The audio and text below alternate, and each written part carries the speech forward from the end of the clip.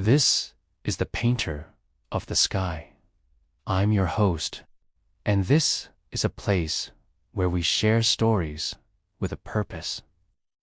If you enjoy thoughtful fairy tales and empowering stories, then consider subscribing so you won't miss any of our new stories every week. Once upon a time, deep within a dark and gloomy forest, lived a woodcutter who chopped down trees all day long. His work was hard and lonely. However, he was skilled at it and took great pride in his craft. He made furniture and toys from the wood he collected, which were known throughout the land for their quality and beauty. Though he worked alone, he never felt sad because he loved his work and had no need for company. One day, while chopping down a tree, he heard a knock on the trunk. At first, he thought it must be a large bird, but the knocking continued even after the tree fell down. Curious, he approached the trunk and gave it a gentle tap with his axe. "Knock, knock," said a tiny voice from inside. The woodcutter nearly jumped out of his skin.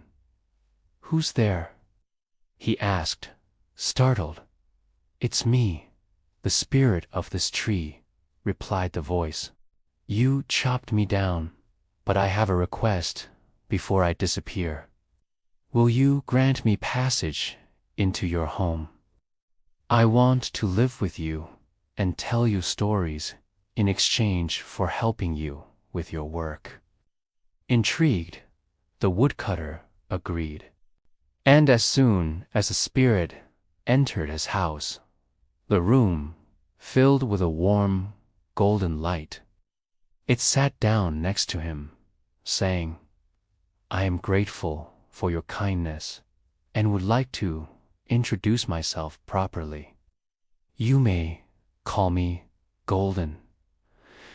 Then Golden began telling the woodcutter stories of faraway lands and magical creatures from a time when the world was still young. Each night, the woodcutter would listen intently until it was time to sleep. He learned about fairies who danced among flowers, trolls who lived under bridges, and dragons who soared through the skies. Golden also regaled him with tales of brave knights and cunning foxes, beautiful princesses, and talking animals. As the weeks passed, the woodcutter became absorbed in these enchanting stories. His own life seemed dull and insignificant in comparison. He began resenting Golden, thinking why he had to live such a boring life when there were so many exciting adventures happening elsewhere. He started to feel bitter and angry, and his resentment towards Golden grew. One evening, as Golden was about to begin his nightly tale, the woodcutter interrupted him. "Enough of your stories," he snapped. "They make me realize how uninteresting my life is. I wish I could have an adventure of my own." Golden was taken aback by the woodcutter's outburst. "But you don't have to live vicariously through my stories," he said gently. "You can create your own life. There are plenty of adventures waiting for you if you only dare to seek them." Despite Golden's kind words, the woodcutter couldn't shake off his desire for something more. That night, he tossed and turned in bed, unable to sleep. Finally, as the first rays of sunlight peeked through his window, he got up and announced to Golden that he was leaving to find his own adventure.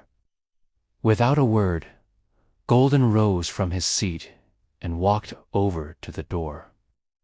The woodcutter assumed it was going to stop him from leaving, but instead, Golden opened the door and stepped aside. "You go first," he said quietly. The woodcutter hesitated, surprised by Golden's sudden change of attitude. But he shook off his confusion and walked out of the house. Once outside, he realized that Golden hadn't followed him. Confused, he turned around to ask what was going on, but the spirit was nowhere to be seen. The woodcutter looked back at his house, now empty and lifeless. Realizing that he'd been ungrateful and selfish, tears welled up in his eyes. He ran back to the house, calling out for Golden, but there was no reply.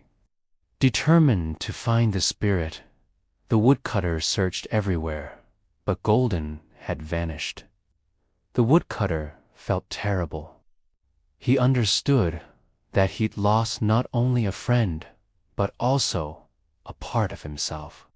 He spent the next few days wandering aimlessly, feeling hopeless and miserable.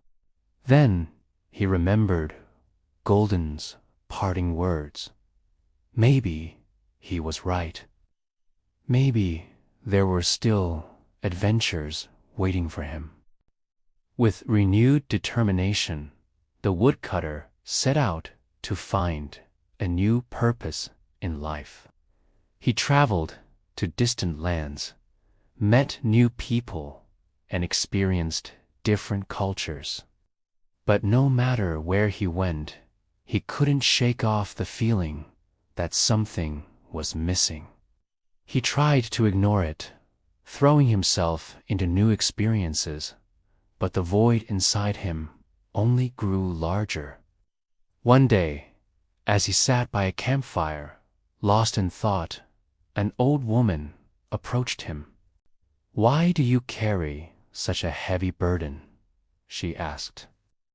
The woodcutter poured out his heart to the old woman, telling her about his life with Golden and how he'd ruined it all through his selfishness. "I've traveled the world," he said, "but nothing has made me happy. I feel empty inside."